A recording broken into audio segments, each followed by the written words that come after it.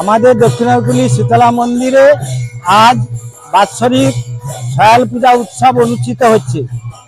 এটা বহুদিনের শীতলা মা, তার আজ বাৎসরিক পূজা উপলক্ষে আজকে প্রশাসন বেরিয়েছে, গ্রাম পরিক্রমা হবে, তারপর আমাদের শীতলা মায়ের ঘর উত্তোলন হবে, তারপরে আমাদের মায়ের পুজো হবে, তারপরে 4 দিন ব্যাপী মায়ের অনুষ্ঠান আছে। শেষ মঙ্গলবার। আমার নাম দেবাশিস দাস। হ্যাঁ, আমি হচ্ছে শীতলা মায়ের সেক্রেটারি। প্রায় 100 বছরের বেশি।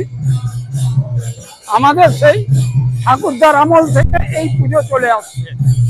তার প্রয়াত হয়েছে, এখন আমরা আছি, আমরা করছি পূজাটা। 4 দিন ধরে পুজো আমাদের। আজকে উদ্বোধনী দিন। এই উদ্বোধনে এখন আমাদের গোটা গ্রাম ফেরি হবে, ফেরির পরে এসে আমাদের ঘটোত্তোলন হবে, রাত্রে পুজো হবে, সৎসঙ্গে আমাদের মায়ের গান হবে। মায়ের গান 2 দিন হবে, আজ এবং আগামীকাল। দ্বিতীয় দিন আমাদের যাত্রা হবে, বড় যাত্রা অনুষ্ঠান হবে। এই ঘরের জামাই, ঘরের ঘর জামাই, এই বড় যাত্রা হবে। তারপরের দিন আমাদের এখানে প্রীতিভোজের একটা গোটা গ্রামব্যাপী প্রীতিভোজের ব্যবস্থা করা হয়েছে দুপুরে, এবং সন্ধ্যায় ওই একটা অনুষ্ঠান আছে ড্যান্স। এই করে আমাদের অনুষ্ঠান সমাপ্তি ঘোষণা করা হবে। আমার নাম অধীর রঞ্জন মাইতি, বর্তমান পূজা কমিটির সম্পাদক। আমাদের এই মায়ের পূজা সহস্রাধিক পূজা, দীর্ঘদিনের পূজা। এই পূজায় আমাদের সকলের সহযোগিতায় অনুষ্ঠিত হয়। এবছর আমরা এক্সট্রা সাধারণ সভার সময় আমরা প্রীতিভোজের আয়োজন করে রাখি, কিন্তু এবছরে পুজোর লাস্টে বুধবার আমাদের সকল গ্রামবাসীর উদ্দেশ্যে একটি মানে প্রায় 8000 প্রোগ্রাম করা হয়েছে প্রীতিভোজের জন্য। আমার নাম যুগল জানা। 2 বছর ধরে পূজা করে আসছে।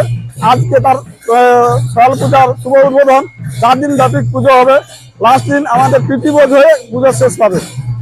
মাঝে একদিন যাত্রা আছে দক্ষিণেশ্বর অপেরার ঘর শত্রু ঘর জামাই। এই যাত্রাটি হয়ে তারপর দিন প্রীতিভোজ হয়ে আমাদের পূজা সমাপ্ত করবে। আমার নাম সুকুমার বেরা, আমি এই পূজা কমিটির ক্যাশিয়ার। নমস্কার, আমি দক্ষিণাকুলি গ্রামের শীতলা মন্দির কমিটির একজন সাধারণ সদস্য। এই মায়ের একটি পৌরাণিক ইতিহাস আছে। আজ থেকে প্রায় 3 পুরুষ আগে এই মায়ের আবির্ভাব ঘটেছিল এই দক্ষিণাকুলি গ্রামের জানা এবং ভৌমিকদের একটি পুকুরে, শীতলা পুকুর বলে একটা আছে পুকুর, প্রতিষ্ঠিত পুকুর। সেই পুকুরে আবির্ভাব হন।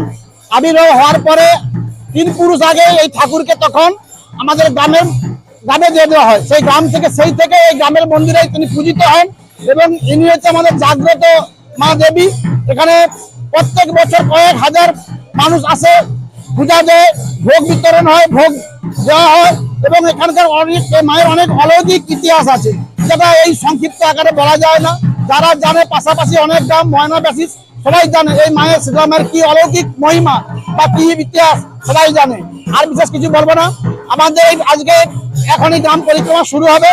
7টার পরে আমাদের ঘর উত্তোলনের পরে আমাদের সয়াল গানে শুরু হবে। এই অনুষ্ঠান আমাদের 4 দিন ব্যাপী চলবে। লাস্টে আমাদের মায়ের প্রসাদ বিতরণ একটা অনুষ্ঠান আছে। সেই প্রসাদ বিতরণের মধ্যে দিয়ে আমাদের অনুষ্ঠান শেষ হবে। নমস্কার, আমি রবীন্দ্রনাথ জানা বলছি।